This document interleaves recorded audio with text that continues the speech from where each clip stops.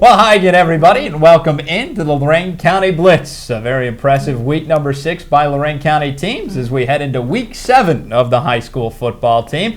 As always, I am Matt Douglas. Our buddy Tim Alcorn, unfortunately, no longer here, although you'll be able to hear him all season long on WEOL AM 930, 100.3 FM as the voice of the Cleveland Cavaliers. But joining us from this point forward as we move on, very happy to have her, the Chronicle Telegram's Marissa McNees. Marissa, great to have you with us here on the Blitz. Thanks so much. I'm happy to be here and really excited to get back to talking some high school football with you. Looking forward to talking with you about it as well. I've seen the Twitter page. People need to give you a follow out there, and you obviously know your high school sports. So I'm looking forward to some great conversations, particularly about this week's games. Lorain County going 9-7 overall in play. Now, some of those games were Lorain County against Lorain County, but a pretty good showing for teams playing against schools outside of the county.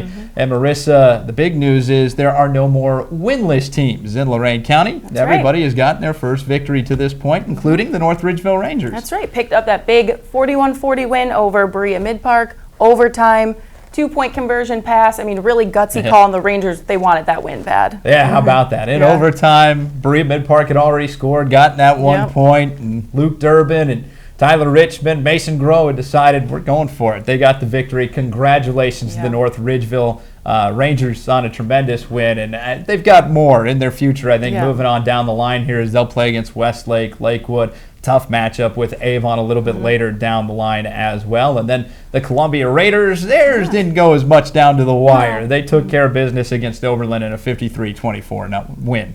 Yeah, and Columbia, to that point, had only scored, it was 48 points through the first half of the season, dropped 53 against Oberlin. Just a really great win for the Raiders who needed one. Yeah, young team. I had the opportunity to talk to Coach Jason Ward on our forecast show over on AM 930, 100.3 FM last week, and he said he was tired of the excuses. He knew they were a young team, but it was week 6, and he wanted to see his guys get out there and perform. They did. Carter Kalamaz, their quarterback, just a freshman, 108 yards through the air, 3 touchdowns to go along with it. So congratulations, the North Ridgeville Rangers and the Columbia Raiders on getting those first victories of the season. 2 teams we knew were going to get there. It was just a matter of winning. Absolutely. And then, of course, there's one undefeated team in the county, and I don't think a surprise to any. They were a favorite heading into the year. The Avon Eagles have been impressive all year. All year. I got to see them week 1 against Avon Lake, and they have just carried that through the first half of the season. They're impressive week in and week out, and it just doesn't seem like at this point there's going to be much that could stop them this season. Yeah, Nick Perusic's done a tremendous job running the ball. Danny Zay passing the ball. Their defense hasn't given up much. In fact, they gave up no points to Westlake last week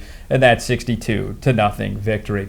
Some other impressive wins, I think, in week number 6. You got to take a look at the Avon Lake Shoremen. Beginning of the season, everyone was talking about their defense. Well, their offense is really showing up as well. 35-0. They got the victory over a very good Amherst team that had just suffered its first loss of the season. So they've looked awesome to this point. And and that defense, like you mentioned, just shutting out Amherst, looking really impressive and continuing to shut out these teams. I mean, they've got that one loss to Avon early on, but I mean, they're looking as they just keep improving week in and week out. 1-point loss, by the way, keep that in mind. Absolutely. Keystone Wildcats in the Lorain County League continue to roll. I think maybe the most impressive victory they've had to this point, 25-6 over Black River. Black River, a team that runs the ball, runs it very well. They run an old-style wing T triple option. Most of the times you don't even know who's got the ball for them. They were held to just 137 rushing yards against Keystone. I know, and we knew Keystone coming in, they were going to be a team to watch. They've got Jacob Shackelford, one of the top athletes in the area, but I mean, the Wildcats looked great. Shackelford with such an impressive game, and they're definitely continue to be a team to watch in the county. Without a doubt. Let's piggyback right off this and go into our first Federal Savings of Lorain Team of the Week, because another impressive victory was by the Wellington Dukes. 26-24, 2-point win over the Clearview Clippers.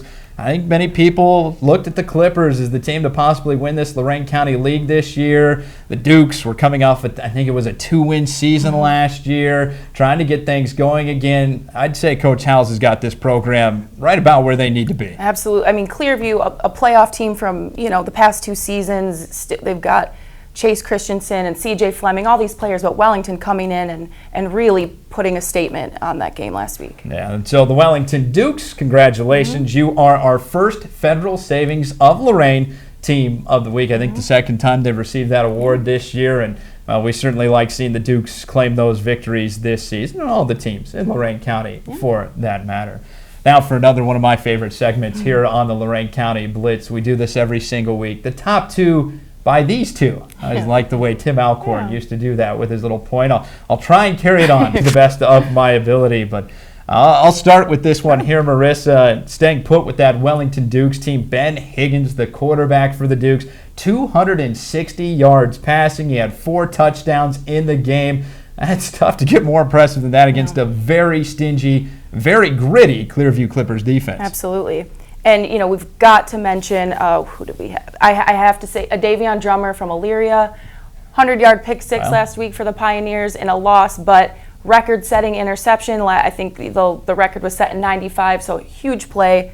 Got to mention a Davion this week for Elyria. Without a doubt. That's another program I think is going in the right direction under first-year head coach Devlin Culliver. And they'll do things a little bit differently. We'll throw a third player into the top two this week. Columbia Raiders' Joe Governale rushing for 157 yards, 2 touchdowns in their victory last week, their first of the season against the Oberlin Phoenix. So congratulations to everybody for making that top two by these two. And, of course, that's a segment we're going to continue because, frankly, I just like doing the little hand gesture that we always do there. Well, of course, we head into week 7 now of the high school football season, and a lot of great games to watch out for. I think one that's going to be very interesting, Amherst coming off back-to-back losses. How will they respond as they take on Berea Mid-Park, a team that we know can run and gun up in the field, down the field. In fact, that was one of the reasons North Ridgeville last week decided to go for 2 against them, because they were saying, hey, it's not easy to stop this passing offense that they've got here.